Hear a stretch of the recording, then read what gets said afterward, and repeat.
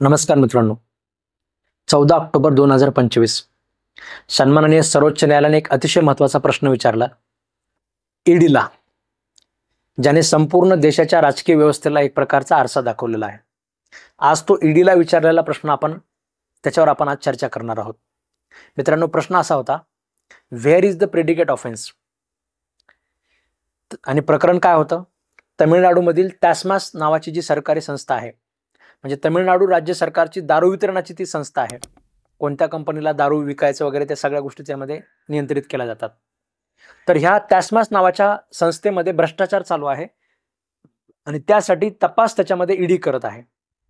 तर सर्वोच्च न्यायालयाने त्याच्यावर एक टिप्पणी केली. ईडीवरच भयंकर टिप्पणी सर्वोच्च न्यायालयाने केल्या.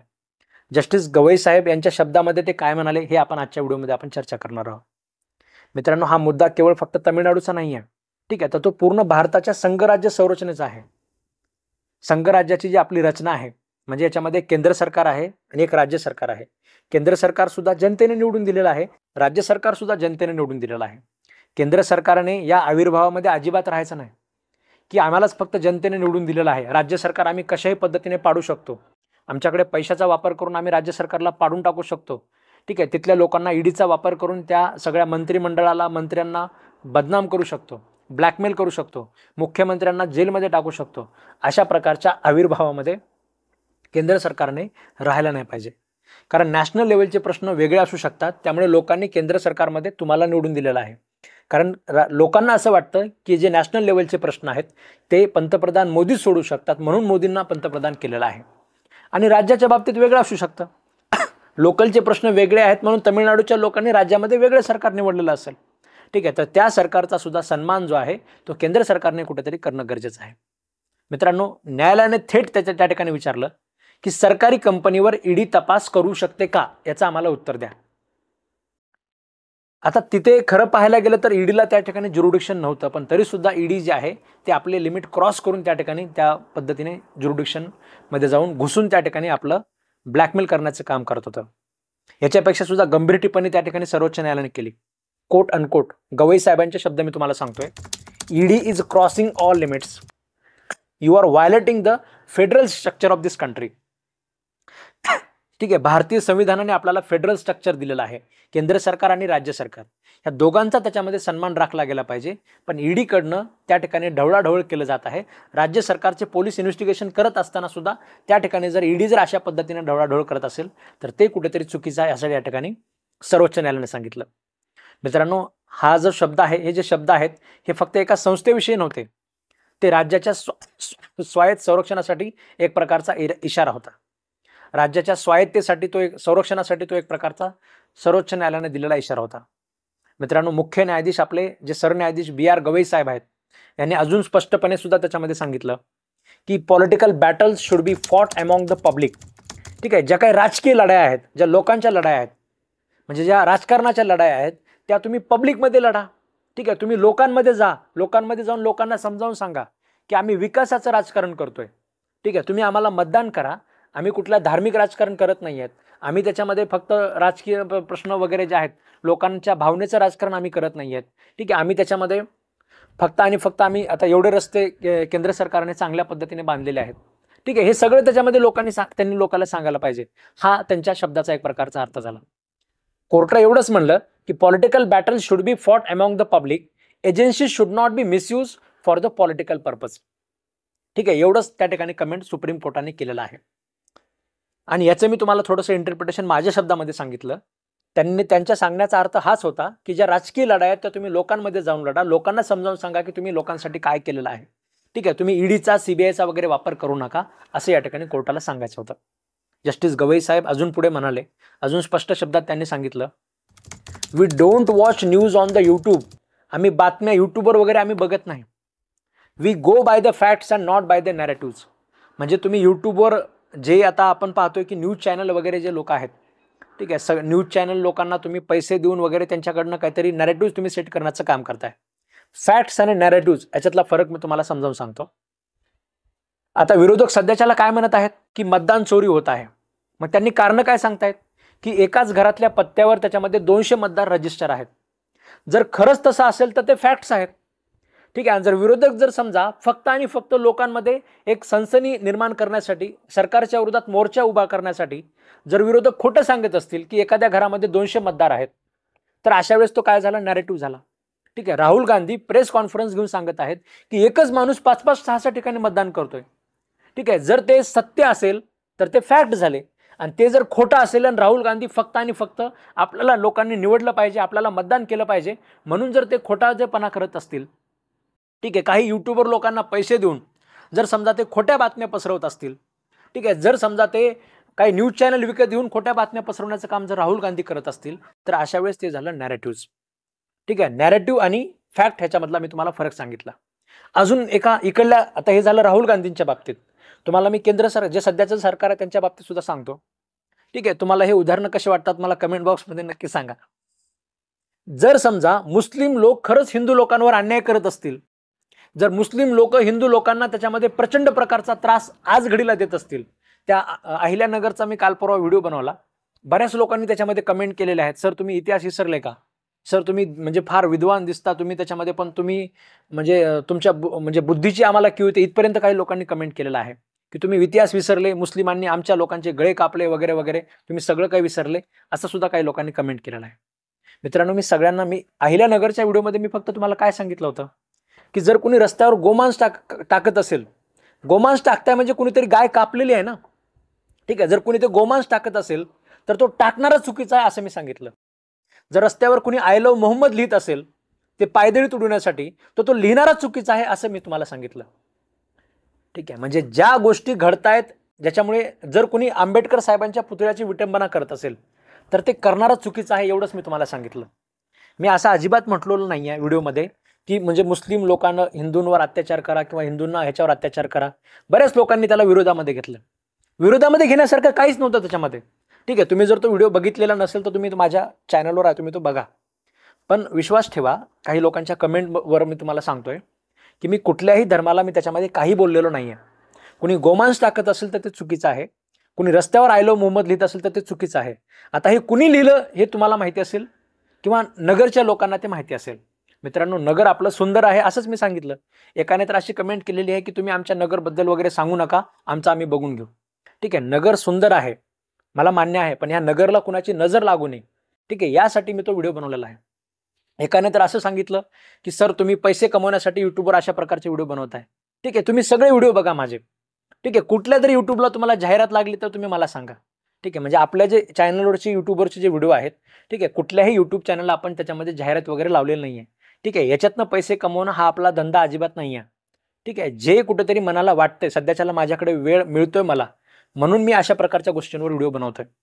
अदरवाईज म्हणजे एवढी कामं आहेत माझ्यासुद्धा पाठीमागे की मला हे सगळे असे व्हिडिओ बनवायला सुद्धा वेळ नसतो. पण आज वेळ मिळतोय मला म्हणून मी ह्या गोष्टी चुकीच्या वाटतात त्याच्यावर मी तुमच्यापर्यंत माहिती पोहोचवण्याचा प्रयत्न करतोय. मित्रांनो, सर्वोच्च न्यायालयाने काय काय सांगितलं मी तुम्हाला अजून एकदा परत सांगतो. सर्वोच्च न्यायालयाने असं सांगितलं, म्हणजे ह्या सगळ्या गोष्टींमधून आपल्याला काय लक्षात येतं की सर्वोच्च न्यायालय अजूनही निष्पक्ष आहे. आपला ज्युडिशरीवरचा विश्वास उठत चाललेला आहे बऱ्याच वेळेस आपण पाहतो, पण तसं समजू नका. सरकारी संस्था लोकशाहीच्या मर्यादा विसरू लागलेल्या आहेत, तर न्यायालय गप्प बसणार नाही, अशा प्रकारचं एक प्रकारे वॉर्निंग या ठिकाणी सर्वोच्च न्यायालयाने दिलेली आहे. गवई यांनी अजून एक धक्कादायक वाक्य त्या ठिकाणी म्हटलं. ठीक आहे, ते सुद्धा मी तुम्हाला सांगतो. त्यांनी असं सांगितलं, unfortunately I have some experience with the ED in Maharashtra. Please do not force us to say something very harsh. आम्हाला काहीतरी कडक शब्दामध्ये तुम्ही सांगायला अजिबात लावू नका. त्यांनी हे सुद्धा म्हटले की आम्ही जर या ठिकाणी काही हार्श बोललो तर उद्या ते पेपरमध्ये बातमी होईल. आम्हाला तशा प्रकारची बातमी करायची नाही आहे, आम्हाला असं काही सनसनी वगैरे करायचं नाही आहे. ठीक आहे, ही केवळ फक्त टीका नव्हती, तर हा न्यायालयाचा एक स्पष्ट इशारा होता की ईडी तुम्ही आपल्या मर्यादा ओळखा, अन्यथा आम्हाला बोलावं लागेल, आणि आम्ही जर बोललो तर मग पेपरमध्ये बातम्या होतील. आज देशामध्ये काय चाललेलं आहे, ईडी, CBI, इन्कम टॅक्स, ह्या सर्व तपास संस्था ज्या भ्रष्टाचाराविरुद्ध लढत आहेत असं सांगितलं जातं. पण प्रश्न आहे, त्या जर भ्रष्टाचाराविरुद्ध लढत आहेत की विरोधकांविरुद्ध. आता तुम्ही म्हणाल याच्यामध्ये सर ह्याच्यामध्ये काही आकडेवारी आहे का, तर याच्याबद्दलची आकडेवारी सुद्धा मी तुम्हाला सांगतो. ही सगळी आकडेवारी जी आहे ते तुम्हाला सगळीकडेच बघायला मिळेल, कुठेही तुम्हाला याच्यामध्ये दुमत आपल्याला असण्याचं काही कारण नाही आहे. 2014 पासून 2024च्या कालावधीमध्ये ईडीने सुमारे 5,906 प्रकरणांवर तपास केलेला आहे. 5,906 प्रकरणं. पण त्यातील केवळ 31 प्रकरणामध्येच फक्त न्यायालयीन प्रक्रिया पूर्ण झालेली आहे. म्हणजे फक्त 0.52% प्रकरणामध्ये निकाल लागलेला आहे. तपास एकदम मोठा केला जातो, ढोल जोरजोरात वाजवला जातो, पण निकाल मात्र राजकीय उद्देश साधल्यावर हरवून जातो. राजकीय उद्देश साधणे म्हणजे काय, याचं क्लासिक उदाहरण जर घ्यायचं असेल तर आपले उपमुख्यमंत्री अजित पवार साहेब. मोठे मोठे घोटाळ्यांचा त्याच्यामध्ये ढोल पिटला गेला, ठीक आहे, तुम्हाला लक्षात आलं मी काय म्हणतोय ते. पण राजकीय उद्देश ज्यावेळेस साध्य झाला तर त्यावेळेस तोच माणूस त्या ठिकाणी उपमुख्यमंत्री बनून बसला. आणि हीच लोकशाहीसाठी सर्वात मोठं संकट आहे. आज अशा प्रकारचे व्हिडिओ आम्हाला का बनवावे लागतात मित्रांनो? सत्ताधाऱ्यांवर ज्यावेळेस आरोप होतात त्यावेळेस तपास मात्र एकदम धीमा धीमा धीमा धीमा धीमा चालतो. विरोधकांवर ज्यावेळेस आरोप केले जातात त्यावेळेस तपास मात्र विजेच्या वेगाने पुढे चालला जातो.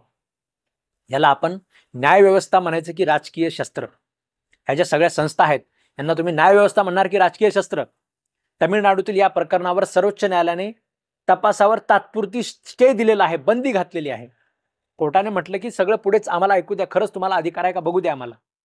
कारण PMLAचा जो कायदा आहे याचाच मुळात पुनर्विचार चालू आहे. मित्रांनो, असे भ्रष्टाचाराविरुद्धचे कायदे खरं तर देशामध्ये असायला पाहिजे, पण याचा एवढा अतिरेक करायचा नसतो.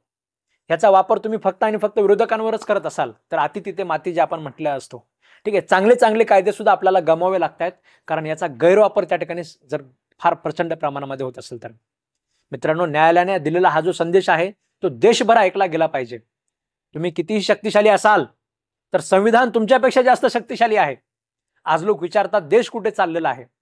जिथे संस्था त्याच्या अधीन होतात, जिथे न्यायाचा अर्थ केवळ निवडक लोकांसाठीच ठरतो, जिथे तपास ही फक्त एक धमकी असते, तुझ्या विरोधात तपास करेल म्हणजे मी तुला धमकी देतोय की तू आम्ही सांगतो तसं वाग, ठीक आहे, तू तिकडली पार्टी सोडून आमच्या पार्टीमध्ये ये, ठीक आहे, आम्ही सांगतो तिथे आमच्या उशाला बसून राहा.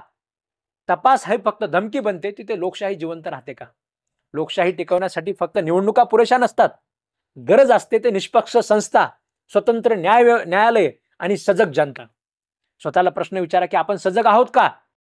का आपल्याला धर्म ही अफूची गोळी त्या ठिकाणी कुणीतरी देत आहे?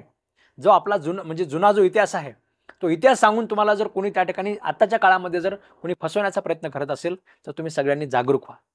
आज सर्वोच्च न्यायालय जी भाषा वापरली ही केवळ कायदेशीर नाही आहे तर ती लोकशाहीच्या अंतरात्म्याची भाषा आहे. मित्रांनो, तपास संस्था असतात सत्य उघड करण्यासाठी, सत्य लपवण्यासाठी नाही. मी परत एकदा सांगतोय, तपास संस्था असतात सत्य उघड करण्यासाठी, सत्तेचं सत्य लपविण्यासाठी नसतात. जेव्हा न्यायालय असं म्हणतं की you are crossing all limits, तेव्हा केवळ हा इशारा नसतो तर तो लोकशाहीच्या आत्मरक्षणाचा आवाज असतो. मित्रांनो, देश कुठे चाललेला आहे हा प्रश्न आज आपण न्यायालयाला विचारून चालायचा नाहीये.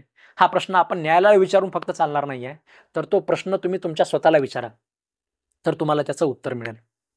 मित्रांनो, यावर तुमचं काय मत आहे? ठीक आहे, तुमचं पण मत महत्वाचं आहे. कालपासून एवढ्या जास्त कमेंट तुम्ही सगळे लोकजण करताय, म्हणजे एकदम मिक्स कमेंट येतात. अहिल्यानगरचा वगैरे सुद्धा व्हिडिओ बघितला मी, जवळपास 14,000 लोकांपर्यंत तो पोहोचला. अजून एक महत्वाची गोष्ट तुम्हाला सांगायचीच राहिली, जिल्हा परिषद शाळा बंद होणार अशा प्रकारचा मी एक व्हिडिओ बनवलेला होता. ठीक आहे, म्हणजे एका मत किती मॅटर करतं लक्षात घ्या. जवळपास 25,000 लोकांनी तो व्हिडिओ बघितला. महाराष्ट्रामध्ये मी तुम्हाला सगळ्यांचे तुमचे मी प्रचंड आभार मानतो की आपला आवाज जो आहे तो तुम्ही जास्तीत जास्त लोकांपर्यंत पोहोचवण्यासाठी तुम्ही वेगवेगळ्या ग्रुपमध्ये तो शेअर केला. ठीक आहे, आपले व्हिडिओ साधारणतः म्हणजे 6,000, 7,000, 8,000, 10,000 पर्यंत कोणीतरी बघत असतात, पण तो व्हिडिओ 25,000 पर्यंत गेला आणि सरकारने तो निर्णय सुद्धा त्याच्यामध्ये मागे घेतलेला आहे. आपल्या सगळ्यांच्या प्रत्येकाच्या मताचा तो एक प्रकारचा आपण जिंकलेलो आहोत. जिल्हा परिषद शाळा बंद करण्याचा तो शासनाचा जो निर्णय होता, 0 ते 5 पर्यंत विद्यार्थी असतील तर तो शासनाने तात्पुरता तरी का असेना पण माघार घेतलेला आहे. म्हणजे ज्या गोष्टी चुकीच्या आहेत त्याच्याविरोधात आपण आवाज उठवला पाहिजे.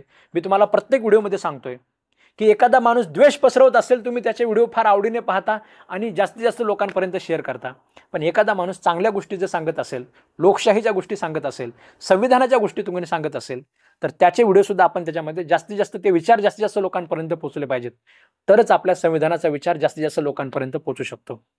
तुम्हाला काय वाटते मला कमेंट बॉक्समध्ये नक्की सांगा. आणि तुम्ही जर ह्या यूट्यूब चॅनलवर नवीन असाल तर हे चॅनल सबस्क्राईब करायला अजिबात विसरू नका. याचं बेल आयकॉन पण प्रेस करा. पुढच्या व्हिडिओमध्ये आपण म्हणजे SC ST आरक्षणचं जे कॅटेगरायझेशन आहे, ठीक आहे, त्याच्यावर मी अतिशय सुंदर व्हिडिओ बनवलेला आहे, तो सुद्धा तुम्ही बघा. आणि सगळ्यात महत्त्वाचं मी तुम्हाला थोड्या वेळाखाली सांगितलं बॉम्बे हायकोर्टाचा, तर बॉम्बे हायकोर्टाचा सुद्धा एक महत्त्वाचा निर्णय आलेला आहे, ठीक आहे. तो सुद्धा तुम्ही त्या ठिकाणी उद्याच्या व्हिडिओमध्ये मी बनवेल. तर त्यासाठी तुम्ही हे बेल आयकॉन प्रेस करून ठेवा, म्हणजे तुम्हाला लगेच नोटिफिकेशन मिळेल. धन्यवाद मित्रांनो.